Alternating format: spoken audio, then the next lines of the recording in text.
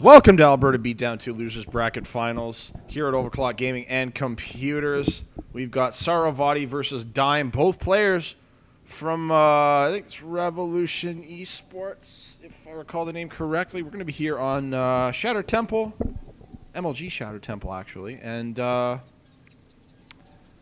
well, close by air positions. Again, MLG version of the map means that there are no close ground positions. And that's going to change the dynamics a little bit. There's you can't rush your opponent down super quickly, but it does eliminate one of the positions on the map, so you can find your opponent a little bit quicker, maybe do something like a cannon rush or all sorts of funny antics. It is Protoss versus Protoss. And let's see what these guys are going to do. They are teammates. I imagine they are relatively familiar with each other's styles. Yeah, there's going to be a lot of little in-house mind games that we're not really going to see.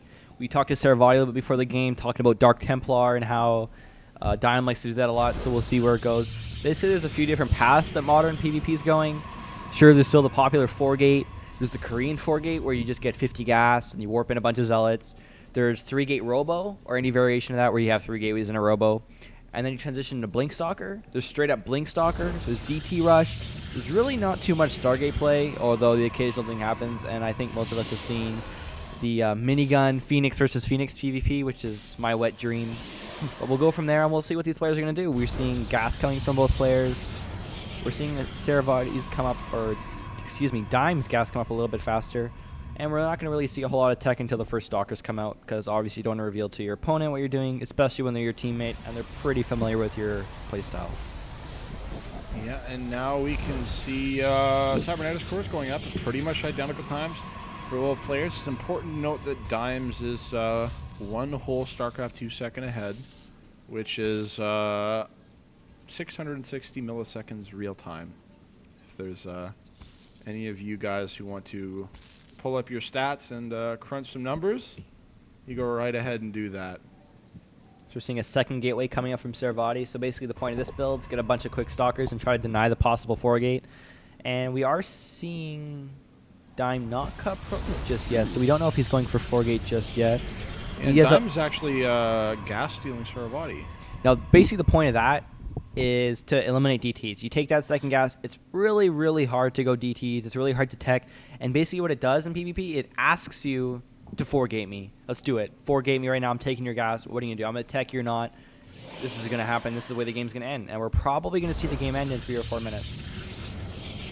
Yeah, it's definitely starting to lean that way. RevSaroVati, of course, from these 2 gateways. And he's going to immediately get to work on that assimilator here with his first Stalker, rather than sending it out to scout it for any forward pylons or anything like that. Because he's pretty confident that he knows what Dime's plan is. Because, again, these guys are teammates.